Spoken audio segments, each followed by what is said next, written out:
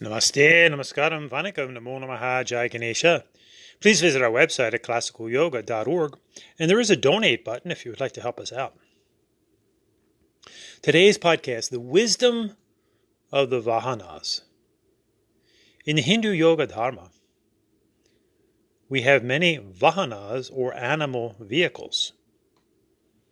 Now just consider for a moment, even if we simply look at ourselves as mental and emotional creatures, to say nothing of the inner essence, which Hindus call the Atmana, are we not being carried around by this animal body, this vehicle? Now, in the Hindu Yoga Dharma, we worship everything, but it's very important to understand what this means. If we look at the English word worship, it's defined as respect and reverence. And respect has a twofold understanding. Respect means both what to attract and what to repulse, if you will. Clear example, the sun. We respect the sun, or worship the sun, if you will, because without the sun, no life, no crops. But we also respect the power of the sun and know when to stay away from it. So with this understanding, we literally worship everything. But again, let's be very careful with this, because often when we say the word worship, it's always with a positive connotation. And we do not worship negative things. We do not worship evil, for example.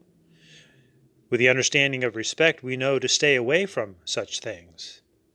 We know certain things to avoid. This is a problem often with a Hindu universalism, when they mistakenly worship everything and give credence to even those who have nefarious purposes.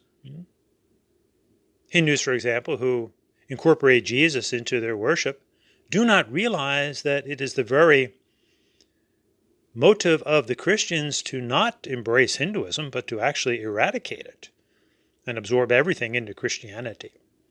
So again, Hindus worship everything, but let's be very clear with what this means. There is a quote-unquote obvious reason why throughout the ages, India, and by extension Hinduism, Hindu Dharma, has been very much pilfered from, distorted beyond recognition, because of this mistaken notion of respecting everyone in the sense of accepting them and not knowing when to reject them, not to know when to stay away from them or to repulse. For example, today's spurious yoga movement is the result of Hindus not understanding that those involved in this are in no way embracing Hindu Dharma. They're actually divorcing yoga from Hindu Dharma. Just look in popular culture with many Sanskrit, Tamil, Hindu terms and concepts: guru, swami, chakras, mantra, karma, kundalini, chakras. These are all widely used, but almost rarely recognized as coming from the Hindu Yoga Dharma. Remember, one who teaches any of the great religions of the world is at the very least a member of said religion. With this important understanding, we clearly see that Hindus worship Mother Nature, Bhumi Mata. In fact, that's the first word for what we call Hinduism today. Ritta, Ritvijam, victory to Mother Nature. We worship nature. Obviously, this is our home planet. We worship the sun and the moon and the stars and the earth and the water and the fire and the air and the inner silence, the ether, the akasha. Does it not make sense to respect these things, to respect the plants and the animals, and again, know which ones to stay away from? And this is why in the Hindu Yoga Dharma, one often says we believe in 33 million gods. Of course, the word God doesn't really apply to Hinduism, and that should be eradicated. You can listen to our podcast on the 33 million gods of Hinduism. Actually, it was a misnomer. It was 33 types. But Hindus do see this inner essence that flows through all things, both in the material world and in the spirit world, both animal and human animal. So therefore, if you go to a Hindu temple, especially one where they incorporate all the devatas, though not all of them do that, that's fine. You may have a pure Saiva temple, a pure Vaishnava temple, but many also incorporate many of the other deities within Hinduism. And the more popular ones today, because if we look back at the Vedic time, there are many deities that we don't focus on so much, or they have been morphed into other deities. But also, interestingly, profoundly, in Hindu temples you'll see images of animals, recognizing the true worship or respect or reverence for the animals, the Vahanas, the vehicles. And the deities, most of them all have a vehicle, an animal vehicle that goes along with them, showing this human compassion and love for our fellow animal creatures. And those of you that are pet lovers, you know this, you know the profoundness of this. Now, when we look at our many deities within Hinduism, and we've done previous podcasts on this, there are several ways we can look at these divine beings. We can look at them purely as great works of art, great sculpture, painting, bronze casting. That in itself has an elevating sense to our consciousness, like visiting a museum. Number two, obviously there's tremendous symbolism going on here. Why do they have an elephant head? Why a monkey-faced deity? Why many arms? Remember, a picture's worth 1,000 words, so the symbolism, which is life itself, we're surrounded by symbolism, and we draw to us those symbols that have meaning to us in our life. This can be extremely important, learning the symbolism of the different deities. So too the animal, Vahanas. And number three, one may or may not have an intimate inner experience of one or more of these deities. And this is where in all the religions of the world, we obviously have to tread lightly, because no one can actually deny that to an individual. Neither can we make what is an intimate experience to any one of us requisite knowledge for all. This is where we often go wrong, especially in the monotheistic religions. But you can find fundamentalist cultic leaders in all the religions of the world which try to push their deity on the whole world. So any one of these three is perfectly valid. Just enjoy the artwork. That's highly elevating. Learn the symbolism, incorporate it into one's life. And remember, we are symbolic creatures again. Take a picture of a loved one, and to you, especially if they're deceased, it may bring tears to your eyes. Another person might wonder, why are you crying? So too, when we learn the symbolism and perhaps have an intimate inner connection with one or more of these deities, both in human form, anthropomorphic, or in animal form, it may elicit great emotions from within. This is fine. This is wonderful. So any one of these three is perfectly valid. Personally, I like all three. I like the artwork, I like the symbolism, and obviously intimate inner connections with these deities. So with this vital prelude, let's look at the Vahanas within the Hindu yoga dharma.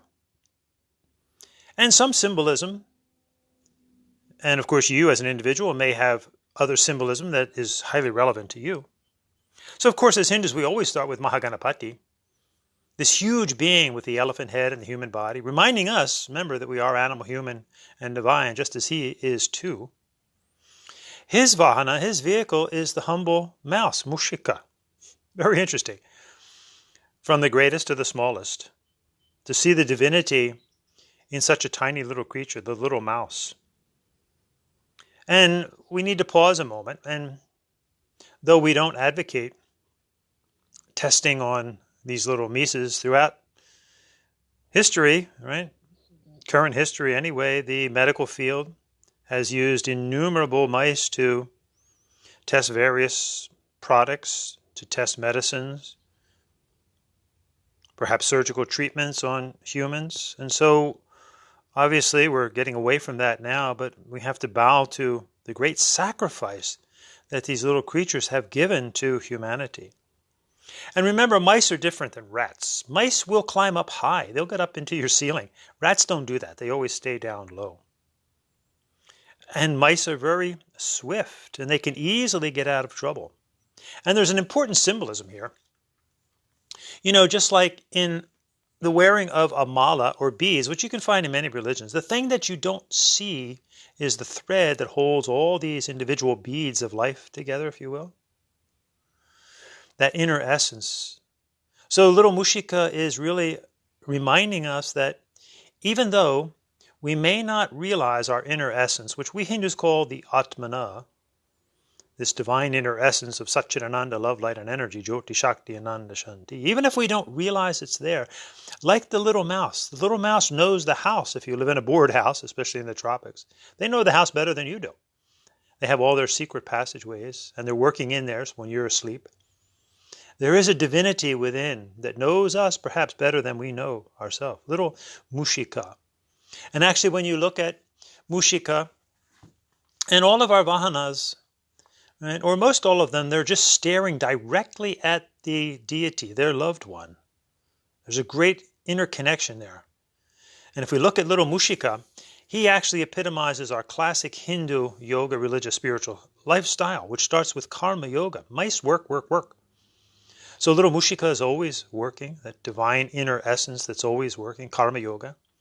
And look at him. He holds the laddu, the sweet treat, which a typical mouse wouldn't do, would they? They'd ravenously eat it. But he holds it and looks up at Mahaganapati. This is bhakti yoga devotion. He's saying his grace, Annapurane, Sarapurane, giving thanks. And that's bhakti yoga. He's staring directly at Mahaganapati. Watch the little Mushika's images in the mandirs, and they're looking straight at Mahaganapati. That's Raja Yoga, intense focus, dharana, concentration, which leads to the absorption, dhyana, and forever living with Mahaganapati. That's Gyan Yoga. So little Mushika really represents all four yogas, karma yoga, in order, bhakti yoga, Raja Yoga, Gyan Yoga. This is really the lifestyle of what it is to be a Hindu. And he's assuming one steady, comfortable pose, which remembers all that the Saiva Hindu Guru Patanjali says is in Yoga Sutras. This is Hatha Yoga. One steady, comfortable pose, focusing upon Mahaganapati. Oh, little Mushika, Vahana. Modaka hasta chamara karana vilamita sutra vamana rupa maheshwara putra vigna vinayaka pada namaskar. Now remember, this ancient Hindu yoga dharma has so many wonderful puzzle pieces, if you will, to it. It's so old, and that's why it can seem very confusing to many. It's just complex. There's so much to it. But we understand there's an association here with the deities and with the chakras inside of all of us. Remember, the first chakra, Muladhara, is associated with Mahaganapati, the earth element. And as we ascend into the next chakra, the Svadhisthana chakra, the water element at the genitals, this is the area for the Matajis, the mothers. And here we see some profound vahanas, or vehicles, for the mother. Obviously, Ma Durga, she rides the tiger, sometimes the the lion. But with the tiger, she's showing us now that you can control these passions within you. Learn to control them, conquer them. And interestingly, Mahadev Shiva actually sits on the tiger skin, which now is showing the ultimate control of the passions. Now we have Mother Parvati, who typically, remember Durga, Kali, Parvati, these are different aspects of the same Mataji. Mother Parvati generally has the lion by her side, controlling, again, that power, that Shakti. The mother's always the tremendous Shakti.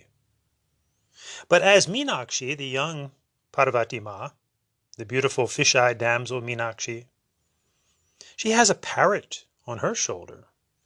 And any of you who have ever had a parrot, they often love to just get on your shoulder, and they may whisper in your ear, giving you inner knowledge. You can go to the famous Meenakshi temple in Tamil Nadu, and there you'll see the green parrot on Meenakshi's shoulder.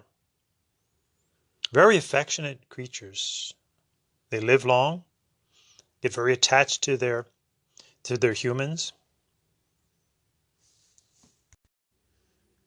And some may be wondering, how about Kali Ma?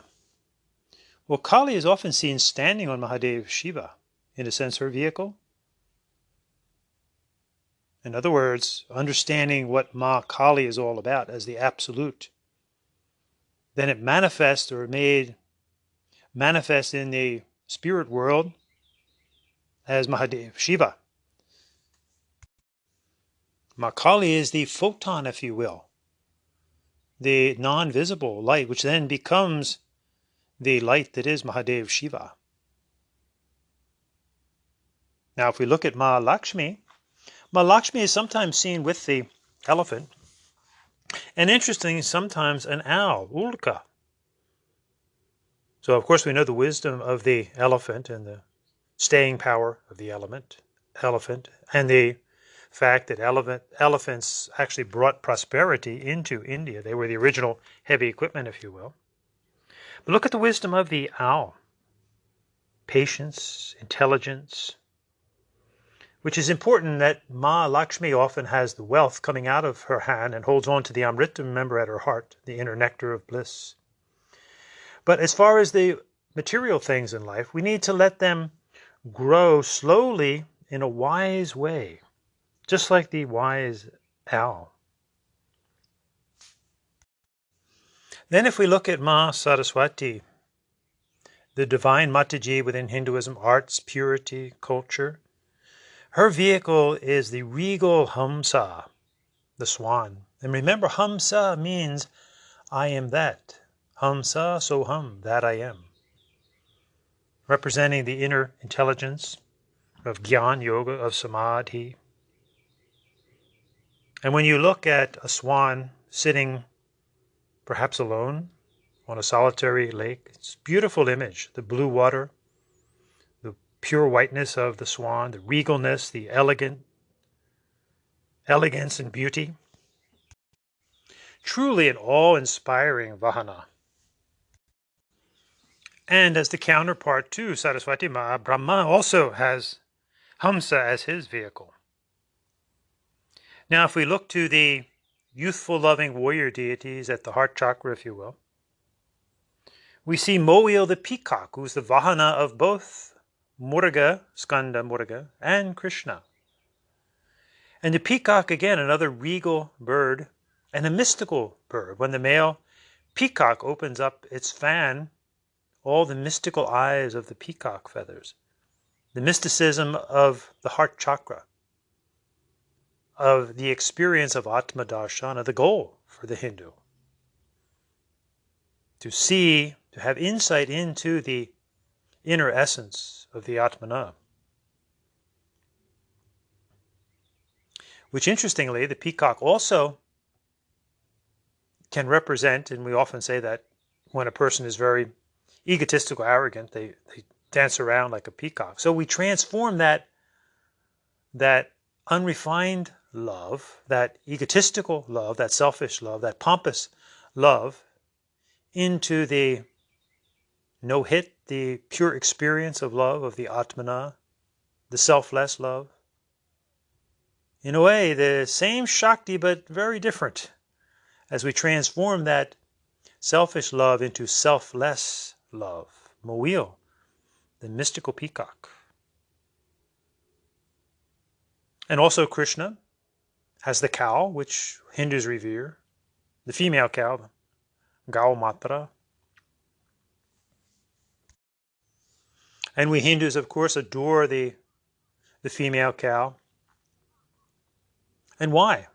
People often ask, why do Hindus worship the cow? Well, my goodness, if you lived on an island perhaps, and all you had was a cow, you would be able to sustain yourself. She gives life-giving milk, which is a miracle. Think of that. All she eats is grass and drinks water, and out the other end comes life-giving, full protein milk, which we then can turn into butter and ghee, which also light our diyas, dahi or yogurt. And the cow excrements are extremely antiseptic. The cow urine, the cow feces, the dung, highly antiseptic. We use that to leap our floors in the mud huts. And also that is what makes our sacred vibhuti, the holy ash that the Saiva Hindus wear on their forehead. as we literally now have transformed the BS in our life, if you get the meaning, into vibhuti, into the holy power of burning up lobha, krodha, kama, greed, and anger and lust. Obviously now we have the male bull, which is Nandi, Shiva's Vahana. Nandi Keshvara, the wish-fulfilling Nandi, the bull, reminding us to be steady, to take all of those sensual powers and make them strong, stable, as he again just stares at Nataraja, stares at the Shiva Lingam, stares at Mahadev, Shiva, totally fixed, that power of the Dharma. And it is said that prior to the birth as Nandi the bull, Nandi was actually a anthropomorphic human deity, if you will. So Nandi reminds us to hold fast to the Dharma, be strong like the Dharma. And those of you that have been to perhaps Mysore or at Tanjore, you've seen the beautiful, huge Nandis there. And they also have a gorgeous one at the Saiva temple in Hawaii. Nandi Keshvara. And Nagdevata also is associated with Mahadev Shiva as he wears them all around. So the Nag is really important because this is the symbolic understanding of the way life moves. Life does not move in straight lines. That's for the mind of us humans, which help us to build buildings, etc. That's fine. But it's not the way of nature. Nature moves like a snake, the divine snake. It moves in a snake-like, wave-like movement, sound waves, light waves, heat waves. But also in its intensity of energy, it coils up. The coiling of the universe, the spiraling of the galaxies, the spiraling of the most creative, powerful acts in nature, the hurricane, the tornado, the whirlpool, the huge breaking wave with the eye in the middle, the empty space in the middle, the DNA, if you will, the cochlea inside the ear, the black hole at the center of the eye, Nagdevata, divine Vahana, vehicle of life itself. Interestingly, that in the monotheistic religions, especially Christianity, the snake is seen as evil. When that is life. No wave-like movement, no life at all. Nagdevata. And Mahadeva Shiva also has the deer with him, Mrigi also, the deer symbolizing the quietness of the mind, being able to calm the restless mind and be totally alert like the deer in the forest. Very few people actually see the deer because the deer knows that we are there long before we recognize them. Then, of course, we also have Mahadev Vishnu, Mahavishnu, whose vehicle is the eagle, Garuda. And in the Hatha Yoga of Hinduism, remember, these are devotional postures to Hindu deities and the Hindu Vahanas as well. We have Garudasana, the eagle pose, the eagle eye, the preservation that is Mahavishnu, preserving the Dharma, being keen, being able to soar high. Also, the eagle is symbolic of bravery and courage. This is something that Hindus need to find, the courage to protect the Dharma. Remember, we say protect the Dharma and the Dharma will protect you. And let this not be simply a cliche that we repeat, but let's truly do that. Protect the Dharma. Realize the specific Hindu Yoga Dharma that we are following. And let others learn about the Hindu Yoga Dharma, but don't ever make them teachers until they first fully commit to the Dharma. This has been the fault of far too many Hindus who, ironically, paradoxically, don't even want to call themselves Hindus. They choose a universal term, a confused universalism, when they think Sanatana Dharma, when they believe that this is the tradition, the way, and everything is a manifestation of that. That's simply the fundamentalist, universalist mindset, and has actually been the cause behind all of the distortions and thefts, actually, of the Hindu Yoga Dharma. Remember, we have many synonyms. It's Rita Dharma, Vedic Dharma, Yoga Dharma, Sanatana Dharma, Brahmanism, Hinduism, the Hindu religion. Sabeka, Sarva Ekam. Be like the eagle. Be proud, be courageous. Stand up for the Hindu Yoga Dharma. So these are the more well-known of the deities and the Vahanas, but we also have Gangama, who has the alligator with her, the Makara. which is actually the animal counterpart on the Svadhisthana chakra. And then we also have various aspects of nature that are deified. We have Agni, and the Vahana would be the goat. We have Surya with the 7 horses in the chariot. We have Yama and the buffalo. We have Varuna, which is also Makara, the alligator, sea monster, if you will, reminding us that the second chakra, if we don't handle it properly, it can devour our life. We have Shani Dev and the crow. We have Vayu and the deer. We have Shiva's powerful form as Bhairavya and the dog. So the wisdom clearly of the Hindu Yoga Dharma and of the Hindus in the worship of everything, remembering what that means, and clearly worshiping the animals and the human animals. And those of us that have pets, we know that. We know that if we are open enough and humble enough, and generally they do bring out our loving qualities. And they teach us selfless service, seva, as we serve them. But they truly serve us too, and serve as great teachers. Now, obviously here at the ashram we have Guru Yogi Kuchala, our divine little tabby cat, who now is, he's in his geriatric stage of life. He's in his final sannyas stage of life at 17 years old.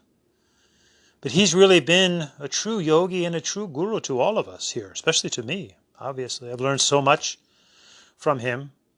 And those of you that have pets, cats, dogs, parrots perhaps, other animals, snakes, fish, we learn from these creatures, and they teach us powerful, powerful lessons. They teach us the lesson of loyalty, of always being there. Something that we humans, when we get stuck in our ego nature and we get a little off-put with people and things, we have to remind ourselves, just like our pets, that they're always there for us, no matter what. They come to greet us.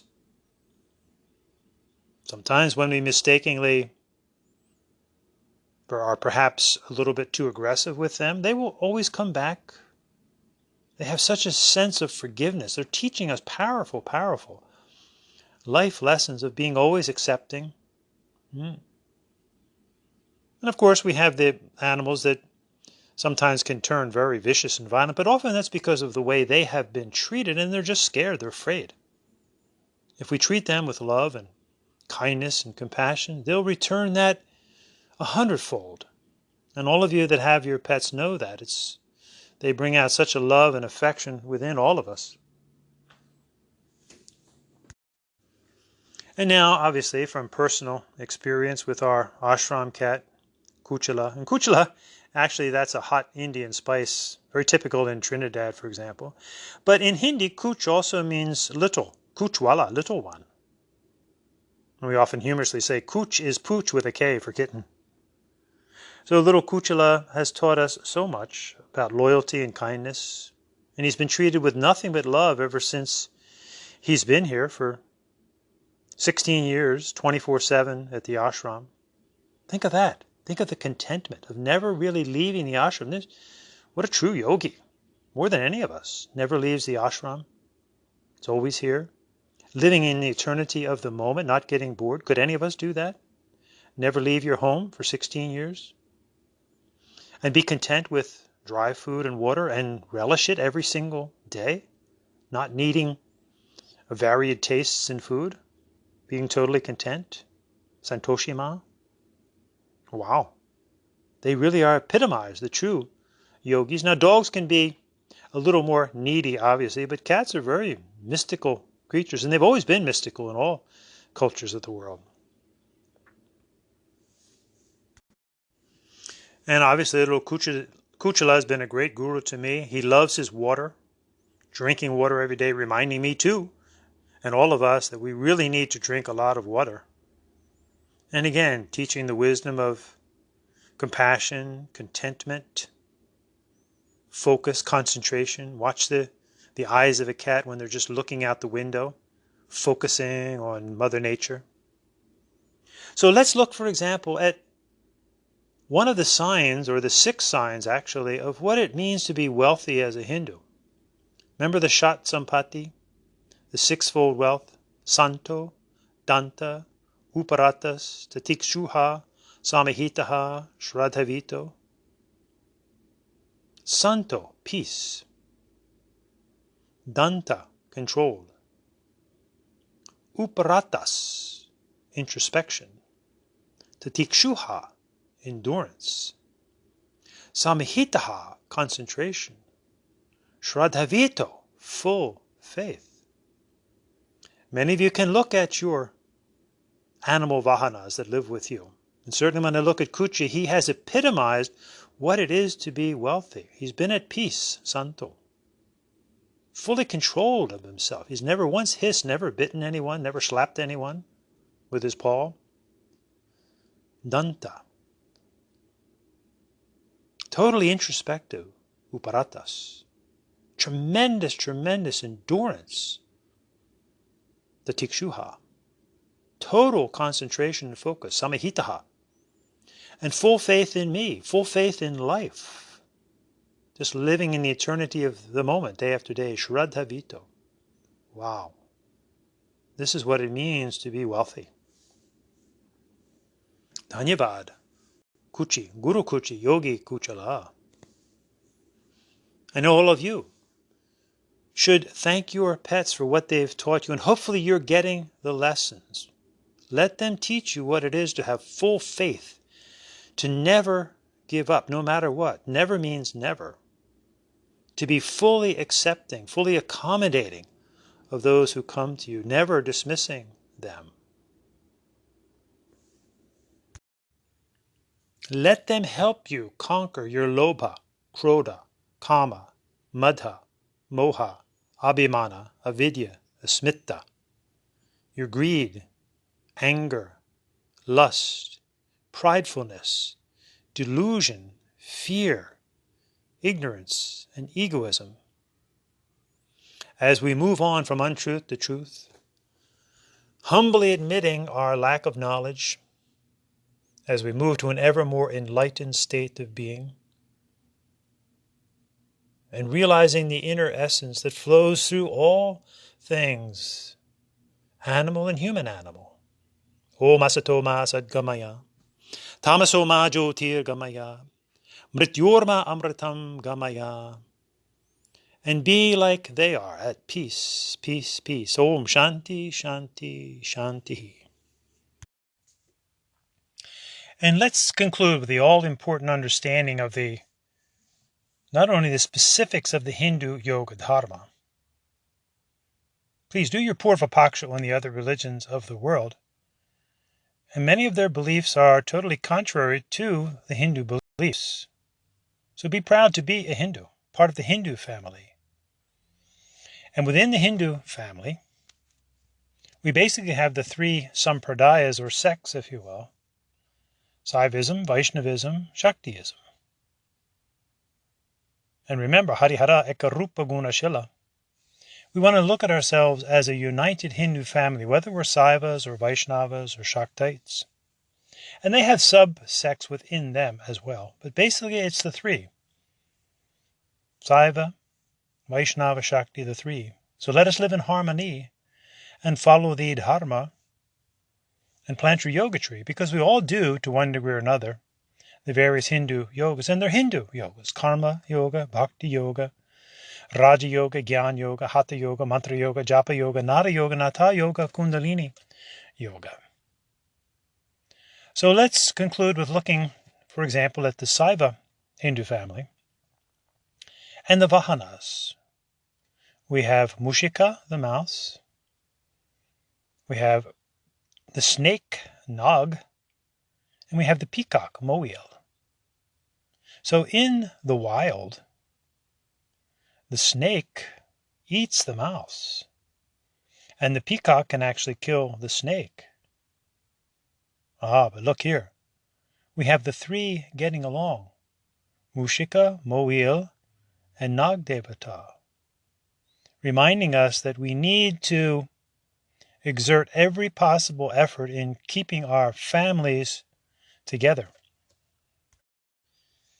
And obviously, as in life in general, we have in the Hindu family students and teachers who were formerly students, brahmacharis, brahmacharinis, and then our yogis and swamis and gurus within the Hindu yoga dharma, and our satgurus.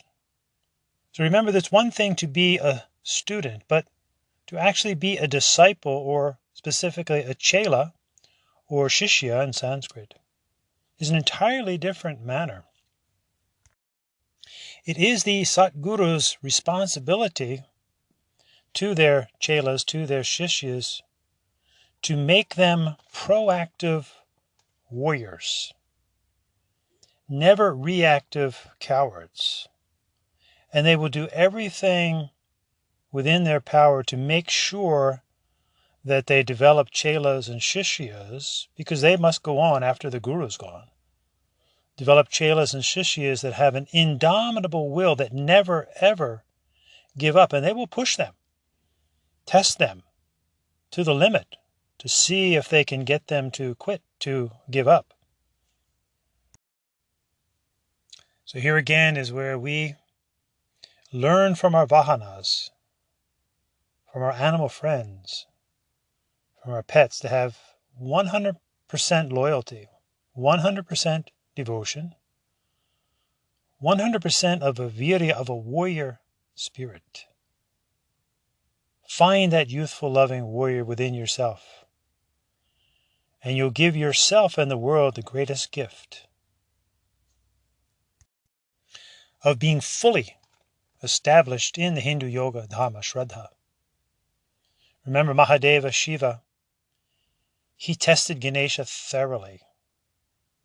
And it was Ganesha among all the other devatas that won the test. For he now is Mahavallabha, the overseer, the superintendent of Hindu dharma. Entrance into Hindu dharma comes with the connection of Mahaganapati. This is why Mahavallabha, Mahaganapati, is the first deity in America, actually, the first Orthodox temple in Flushing, New York, Mahavallabha.